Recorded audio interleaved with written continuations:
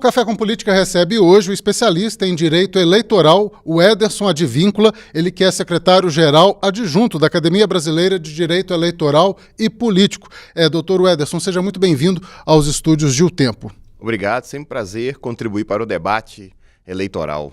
A gente está a menos de um ano das eleições de 2026 e tem um ditado muito famoso lá em Brasília que diz que a próxima eleição começa quando a outra acaba, né? Ou seja, desde 2024 a gente já está num processo eleitoral, seja em discussões partidárias, até mesmo em trâmites técnicos, né? O TSE já começa a fazer testagem de urna, a gente teve recentemente aí uma tentativa do hacker do bem, né, de invadir as urnas eletrônicas sem sucesso, não obtiveram sucesso, mas todo esse processo já começa praticamente 2 anos antes do pleito. O que a gente pode esperar para as eleições de 2026, sendo que esse processo já está bem quente? Exatamente. O brasileiro gosta muito, né?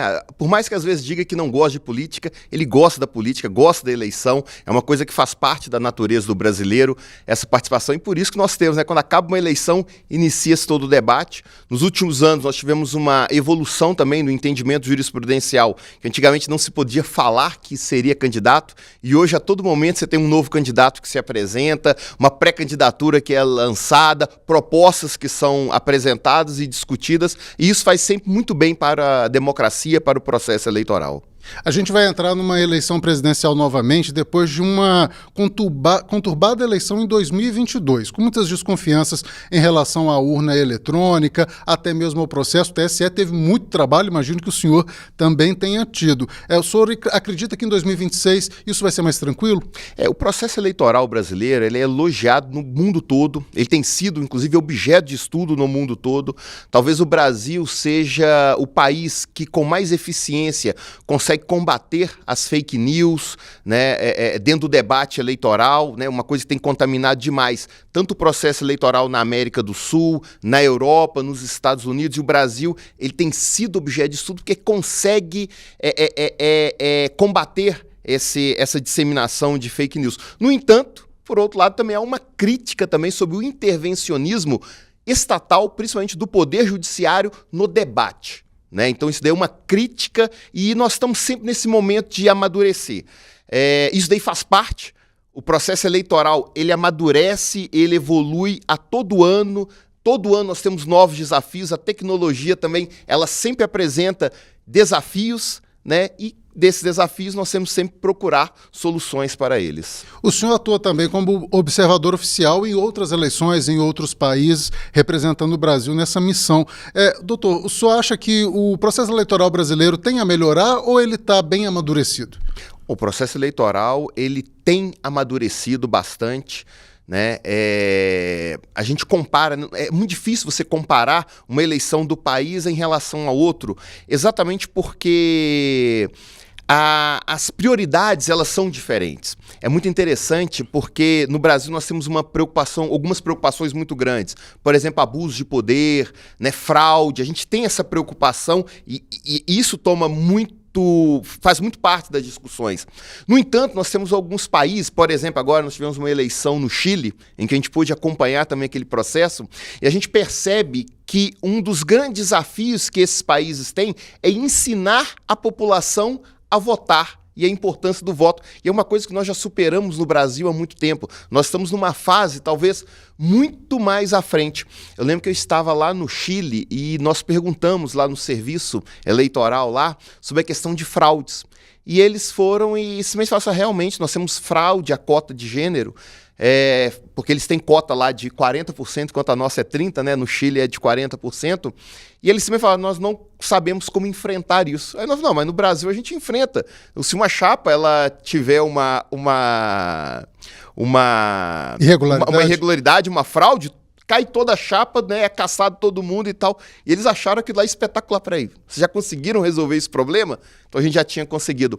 Por outro lado, é muito interessante, quando nós estivemos na Estônia, que é um país fantástico, uma eleição 100%, praticamente 100% digital, um país que 99% da administração pública, ela é digital, não existe papel na administração pública na Estônia. E eu lembro que eu fiz uma seguinte pergunta, quando eu vi várias propagandas na cidade, né, e com alguns candidatos, e eu fiz a seguinte pergunta lá, né, olha, e vocês têm algum controle sobre gasto? A pessoa assustou, né, não, lógico que não. Gasto de campanha. Gasto de campanha. Não, lógico que não. Não, mas e se um candidato gastar demais? Só, o dinheiro é dele, se ele quiser gastar, o problema é dele. Eu falei assim, mas e compra de voto? Vocês têm preocupação com compra de voto aqui? Não. Se a pessoa quiser vender o voto dela, o problema é dele. Ou seja, existe uma discussão de um liberalismo que não faz parte da nossa discussão. Ou seja, as discussões lá, ela é completamente diferente. Óbvio que nós estamos falando de uma Estônia que tem 1 milhão e pouco, né, de habitantes, é diferente do Brasil que, né, chegando a centenas de milhares de habitantes, né? E milhares, milhões e milhões de eleitores que se tornam desafiadores aí para a justiça eleitoral. O senhor falando sobre essas experiências, eu me lembrei da nossa Constituição brasileira. A gente tem a terceira maior Constituição do mundo, a segunda Constituição mais emendada do mundo, só perde para o México, mas porque também é uma Constituição super antiga. A nossa Constituição sendo tão longa, isso dificulta para a justiça brasileira? Na verdade, o que tem acontecido muito, que é um procedimento... Hoje no Brasil, nós vivenciamos nós temos uma separação de poderes, que a Constituição diz que deveria ser harmônico, que nós menos temos hoje é uma harmonia entre os poderes.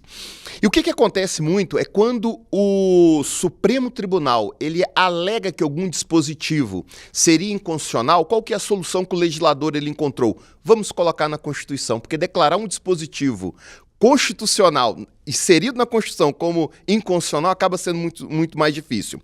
Um exemplo disso daqui foi exatamente a recente decisão do ministro Gilmar Mendes, que declarou, né, suspendeu um dispositivo que ele atribui, um dispositivo, né, uma legislação antiga, que atribui a qualquer cidadão a possibilidade de alegar um impeachment de um ministro do Supremo. Uma lei de 1950. Exatamente. Veio agora o ministro Gilmar e falou, não, só o procurador da República que pode alegar esse impeachment. E aí o que é o seguinte, o que o legislador ele pode fazer se ele discorda dessa decisão? Inserir o dispositivo na Constituição. Então o que nós teremos? Talvez uma mudança constitucional para inserir a possibilidade, ou seja, uma matéria que em tese seria estabelecida numa legislação infraconstitucional, ou seja, né, numa legislação que não é a Constituição, ela estaria abaixo da Constituição, mas você acaba jogando ela para a Constituição exatamente para garantir que aquele dispositivo seja respeitado ou entendendo-se pela importância de alegar, né, colocar para toda a população aquela possibilidade de alegação de impeachment e não somente ao procurador da República.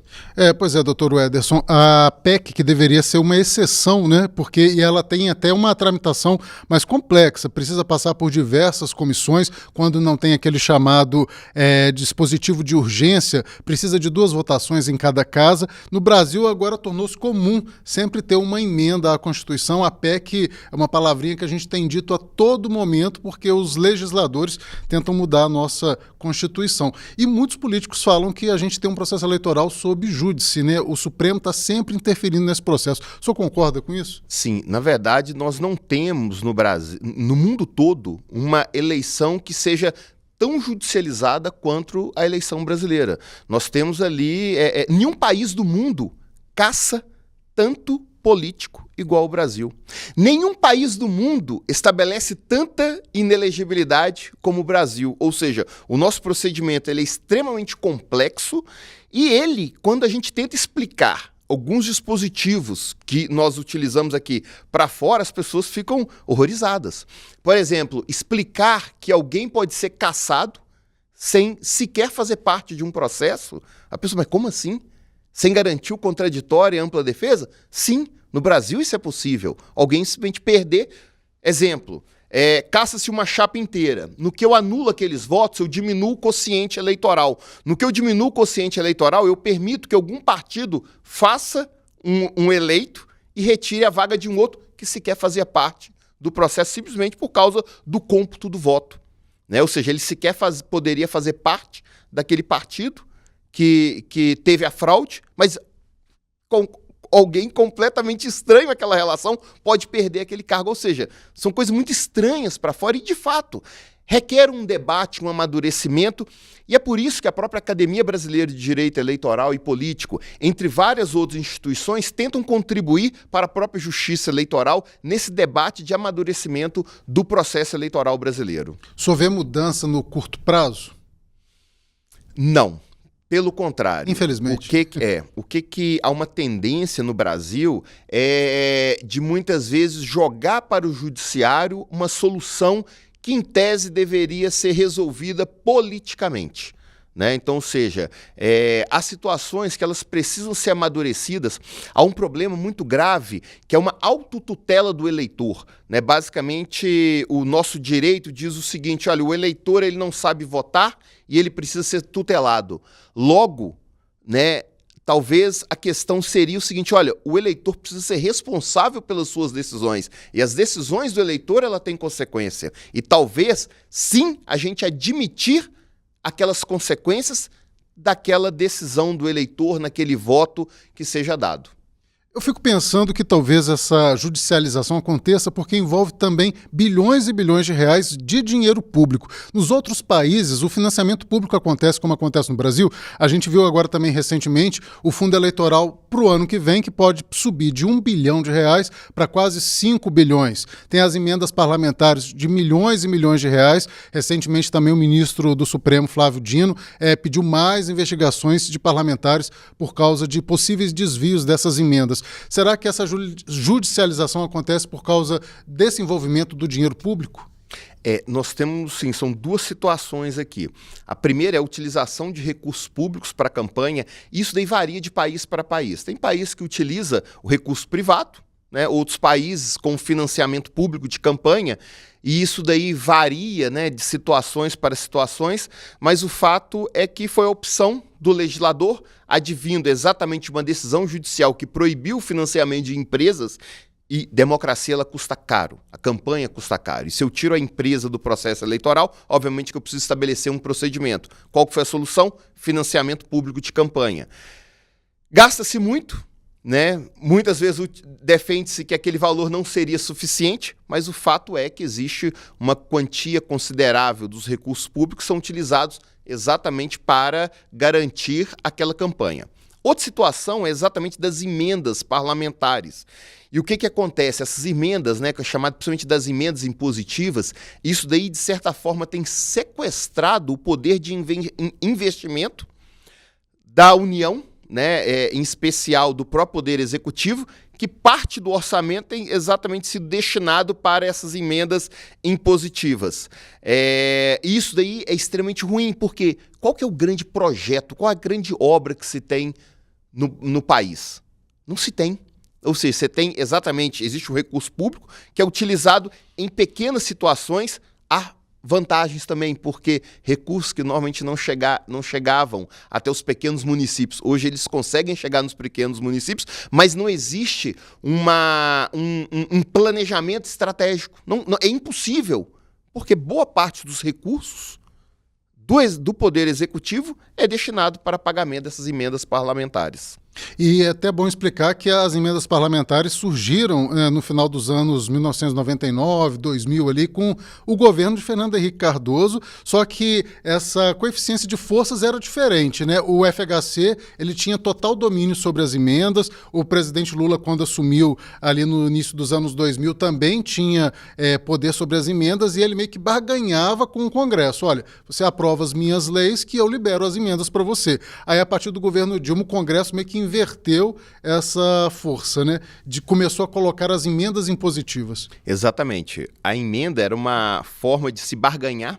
O próprio Fernando Henrique, ele já em entrevista, naquela época, ele já falava dos riscos exatamente desse sequestro da agenda que seria do Poder Executivo passar para o Poder Legislativo. Exatamente. Porque o que acontece? A nossa Constituição, ela preparou tudo para que o Brasil fosse um parlamentarismo, só que no último momento, né, inverteu-se e falou-se que nós seríamos um presidencialismo. Só que toda a estrutura nossa dá muito poder para o legislativo, né? E isso daí, de certa forma, o próprio Fernando Henrique ele já alertava para isso, sobre esse risco, e verifica-se que aconteceu exatamente isso, né? Ou seja, há um sequestro, né, de iniciativas exatamente do legislativo, que simplesmente ele pode surtar, né, suspender decisões do executivo, né, decretos, ele tem esse poder, né, e controla o próprio orçamento. E ele fala, não, isso aqui eu vou destinar tais valores de emendas impositivas, e isso daí a cada ano cresce mais. A decisão do ministro Flávio Dino foi tentar dar mais razoabilidade a essas emendas impositivas, ter mais controles, principalmente de transparência, a quem ela é destinada, não só sobre isso, mas também isso daí ele tem que ter um fundamento, uma justificativa para poder ser utilizada, essas emendas impositivas. O fato é que, principalmente nos municípios e também as emendas impositivas nos municípios, aquelas regras estabelecidas pelo ministro Flávio Dino não têm sido observadas pelos legislativos municipais. Simplesmente você tem ali a rubrica do que tem que ser paga ali, né? E muitas vezes o prefeito tem que cumprir aquele pagamento daquelas emendas impositivas sem passar pelo critério estabelecido ali pela decisão do ministro Flávio Dino. Doutor, e a gente teve a presidente Dilma tentando bater de frente com o Congresso Nacional e ela se deu mal, enfrentou um processo de impeachment, teve ali as justificativas, mas a gente sabe que o processo de impeachment é um processo político, ele não é um processo totalmente jurídico. Depois, o presidente Bolsonaro ficou refém de um grupo político que se denomina Centrão, né? Ele precisou também negociar com as emendas para que conseguisse governar. O presidente Lula passa pela mesma dificuldade, ou seja, será que o caminho, então, seria, de fato, assumir o parlamentarismo, o semipresidencialismo? Há quem defende, inclusive, o semipresidencialismo. Um primeiro-ministro, né? Você quer ver uma coisa que é interessante do Brasil e que várias democracias elas têm passado por isso? O exercício do poder, ele gera um desgaste. Se nós pensarmos no Brasil, qual foi o último presidente do Brasil de um grande estado que eleito e que completou o mandato? Um presidente de um grande estado que foi eleito e completou o mandato no Brasil. Difícil lembrar. JK. Foi o último. De Minas Gerais. Inclusive de Minas Gerais, mas foi o último. Porque o exercício, né? Então, o exercício do poder, ele gera desgaste. Então é muito comum chegar ao poder, ascender o poder, aquele que não tem, talvez, a experiência política para administrar. É uma coisa interessante, se a gente for pensar, né, a presidente Dilma não tinha sido eleita em nenhum cargo do executivo, o ex-presidente Bolsonaro da mesma forma, o presidente Lula da mesma forma não, né, quando foi eleito pela primeira vez, Fernando Henrique também não, e assim por diante, né? O ex-presidente Fernando Collor não chegou a terminar o mandato. Então, ou seja, são as situações que se tem no Brasil e que vários países estão enfrentando isso, né? Principalmente o enfraquecimento dos partidos políticos, né? A utilização das mídias sociais, né? Ou seja, que você cria praticamente os digitais influencers da política, né? Que às vezes não têm a experiência política, mas que se apresentam, né, vendem aquela imagem como um bom administrador, mesmo sem ter experiência. Isso cria essa dificuldade, né? E isso daí precisa ser enfrentado, né? Uma hora a gente vai ter que enfrentar isso daí, né?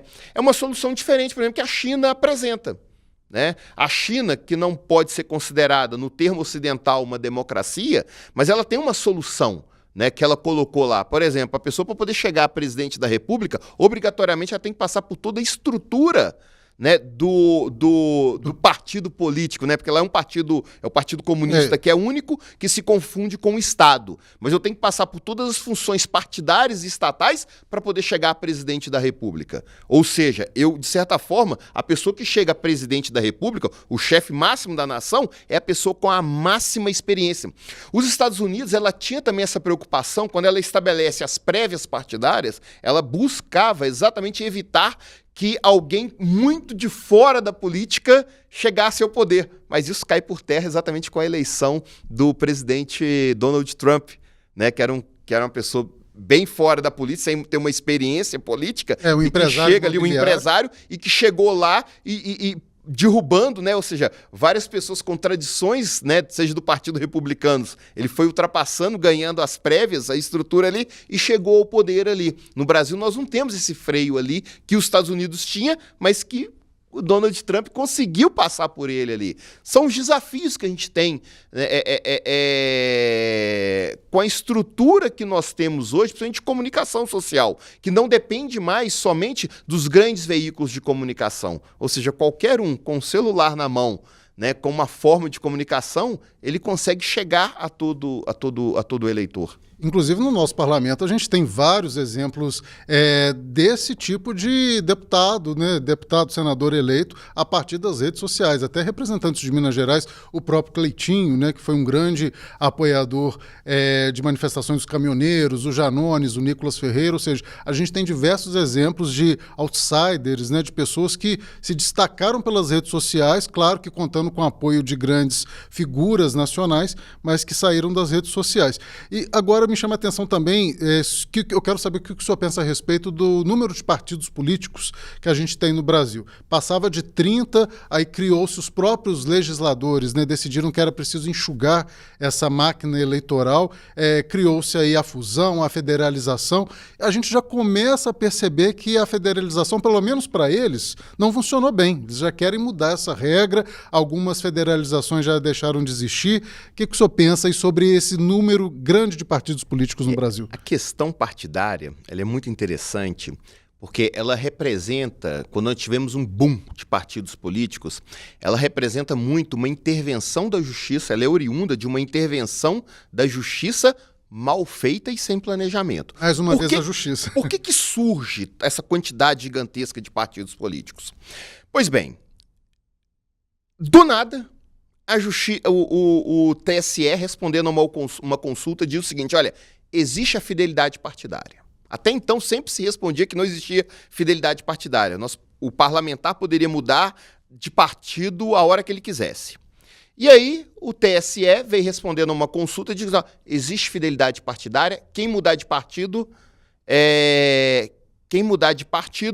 perde o mandato. Mas, para pessoa poder mudar de mandato, e criou os critérios que ele poderia mudar de mandato, né? Mudar de partido dentro do mandato.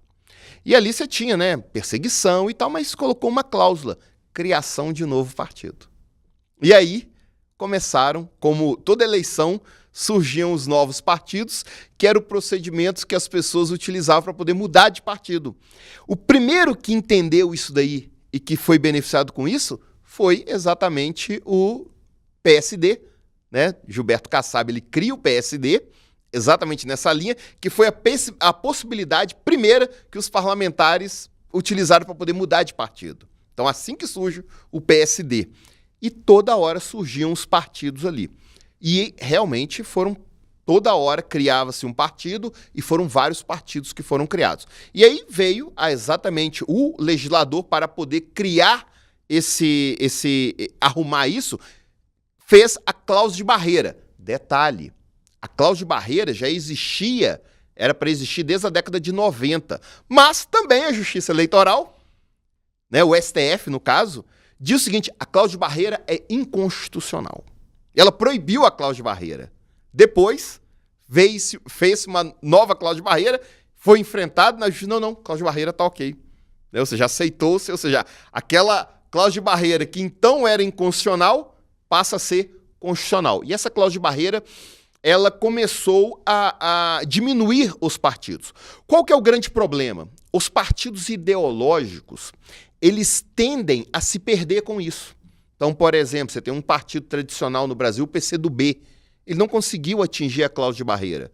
E aí ele precisou fazer uma federação. Da mesma forma, o PV, né, entre vários partidos ideológicos. A rede de sustentabilidade também teve dificuldade. A rede de sustentabilidade não atingiu também a cláusula de barreira, fez uma federação com o PSOL, né, ou seja, exatamente para poder sobreviver. Então, a federação de partidos foi uma possibilidade para se estabelecer isso daí.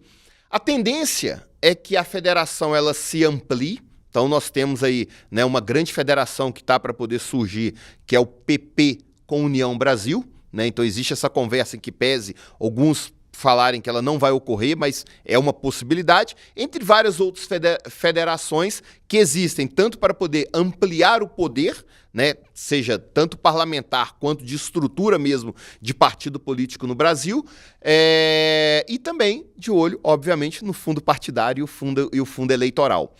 Então é uma realidade que se tem no Brasil, foram exatamente esses arranjos que foram criados, tanto da cláusula de barreira, que tende a diminuir o número de partidos, quanto também a federação, que pode manter exatamente esses partidos mais ideológicos.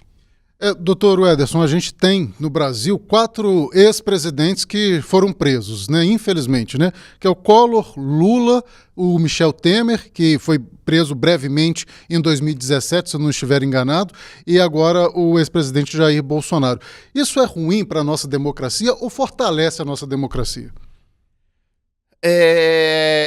Isso daí eu diria que é ruim, mas também dá um recado de que ninguém, por mais poder que tenha, né, ele precisa obedecer regras, né, mas isso daí é sempre muito ruim. Essa questão de prisão de ex-presidentes é uma coisa que é uma situação que ela existe no mundo todo, até isso daí acontece lá na França, né, temos a prisão lá do ex-presidente, salvo engano, acho que é o Sarkozy, sim, né, preso. Nós temos a situação no Peru, em que vários presidentes estão presos também. 4 ou 5, já não sei. Exatamente, nós tivemos a condenação do Pinochet, entre vários, né, ex-presidentes.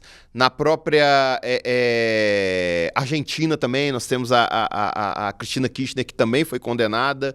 É uma situação, né, que tem o exercício de poder, ele acaba sendo sedutor, mas existem limites, e esses limites eles têm que ser respeitados. É lógico que é muito ruim, né, enfraquece você ter, porque, queira ou não, um ex-presidente, ele é uma instituição. Tanto é que nos Estados Unidos, quando nós temos uma crise, né, uma situação bem delicada, o que o presidente da República faz? Ele chama os ex-presidentes que mantêm um cargo, né? Então, para poder reunir, muitas vezes esses ex-presidentes eles desempenham missões diplomáticas, independentemente se você é republicano ou democrata, ele é chamado, olha, existe um problema aqui, precisamos resolver esse problema, presidente, vai lá, cumpre essa missão aqui, resolve isso aqui, e ele vai lá. Ia ser muito bom se o Brasil também tivesse essa tradição, mas talvez por essa polarização que não é de agora, né? Eu lembro que nós tínhamos a polarização PT, PSDB, entre várias outras, né? E quando tinha o UDN, tudo isso daí sempre existiu no Brasil. O Brasil é uma tradição dessa polarização. Mas precisa de ter um amadurecimento, de entender que apesar da polarização, né, existe um interesse comum, que é exatamente o crescimento do Brasil. E muitas vezes, em determinadas situações, precisa se chamar todos os agentes políticos para contribuir para determinada ação. Infelizmente, no Brasil, talvez falte uma maturidade política, que a gente percebe, por exemplo, no Chile, né? Tive agora recentemente, mês passado, no Chile, na eleição, a gente vê que existe uma maturidade maior dentro do Chile nas eleições, né? Ou seja, há um respeito maior de determinado parlamentar.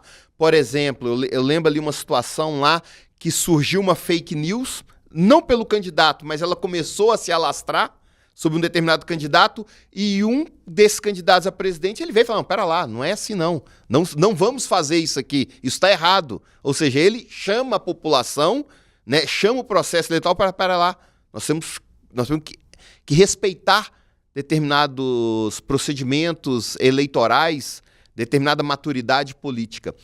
Isso daqui falta um pouco no Brasil, né? Ou seja, é o ganhar por ganhar, uma frase muito famosa, né? Que na eleição pode tudo menos perder a eleição, né? E isso daí é uma frase muito ruim. Ou seja, o respeito, né, sobre a moralidade do processo eleitoral, né, o respeito ao adversário, isso é muito importante. A gente está quase caminhando aqui para o nosso fim do Café com Política de hoje, mas, doutor Ederson, quero perguntar para o senhor o seguinte, como que a Justiça Eleitoral e até mesmo a Academia Brasileira de Direito Eleitoral e Político vão atuar para combater as fake news. Agora, com esse reforço gigantesco da inteligência artificial, eu imagino que vai ser um desafio gigantesco ano que vem. Pois é, esse daí, a questão da fake news e principalmente a utilização da inteligência artificial dentro do processo eleitoral, ele é o grande desafio que nós temos, não só no Brasil, mas no mundo.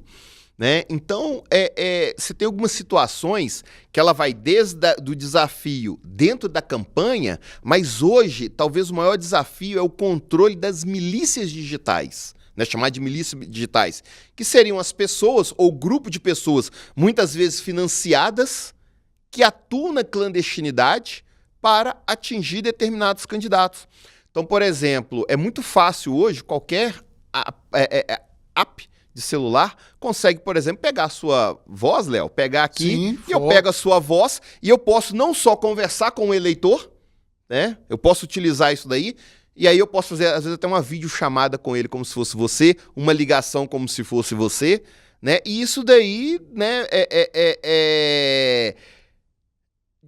dissimula o processo eleitoral, ela cria estados artificiais, né, que podem ser extremamente prejudiciais às campanhas eleitorais. Né? Esse daí é o grande desafio, e é interessante porque isso ele é mais exacerbado no Brasil e nos Estados Unidos, e um pouco na Europa, mas a gente não vê a situação, por exemplo, na América Latina. Por mais que você tenha tecnologia, não é tão utilizada, essas milícias digitais, né, as campanhas utilizando esses mecanismos não são... Agora, no Brasil é uma preocupação muito grande, porque, né, o eleitor ele acaba sendo enganado. Eu lembro que numa campanha aqui em Minas Gerais, foi feita uma gravação mesmo. Falei assim, olha, oi, aqui é o candidato tal, tô ligando para pedir o seu voto e tal. Foi feita uma gravação dessa daqui encaminhada. Muitas pessoas falaram, recebi a ligação de determinada... E era uma gravação. Ela não... Sequer ela... E acreditou que conversou com aquele candidato. Só que hoje você tem a possibilidade de interagir. Aquela gravação... Isso daí nós estamos falando início de 2000, mais ou menos. Ela não interagia. Era famoso isso. Ela não interagia. Hoje é possível interagir. Um computador, ele consegue interagir com o eleitor, que pode achar, olha, fulano me ligou. Imagina só, o eleitor achando que recebeu a ligação de um candidato a presidente da República, né? Então, ou seja, são os desafios que nós temos ali, e a Justiça Eleitoral, a Academia Brasileira de Direito Eleitoral, e várias outras instituições que trabalham para esse aprimoramento, elas estão engajadas, né? E eu acho que o melhor mecanismo para isso é a informação do eleitor. Né? Uma coisa que eu acho que falha um pouco aqui no Brasil é essa informação ao eleitor. Eu costumo até fazer uma crítica muito, né, à Justiça Eleitoral, que ela utiliza mecanismos de comunicação com o eleitor de forma analógica. Né? Ou seja, aquela mesma comunicação que se fazia na década de 50, utiliza a mesma forma de comunicação. Isso daí já não se resolve, porque você tem mecanismos muito mais desenvolvidos de comunicar com o eleitor do que aquela de antigamente. É muito lento na agilidade que hoje o mundo exige, né? É especialista em direito eleitoral, Dr. Ederson Advíncula, ele que é secretário-geral adjunto da Academia Brasileira de Direito Eleitoral e Político. Dr. Ederson, muito obrigado pela sua participação aqui no Café com Política. Espero vê-lo mais vezes no ano que vem, porque o senhor deu uma aula aqui pra gente hoje. Vamos sim, e eu tenho certeza, toda eleição surgem várias novidades, e eu tenho certeza que vão surgir várias novidades, coisas que a gente não está nem pensando aqui e que vão surgir. O processo eleitoral brasileiro ele é riquíssimo, né, inclusive de inovação, e com certeza estaremos aqui debatendo essas inovações. Muito obrigado.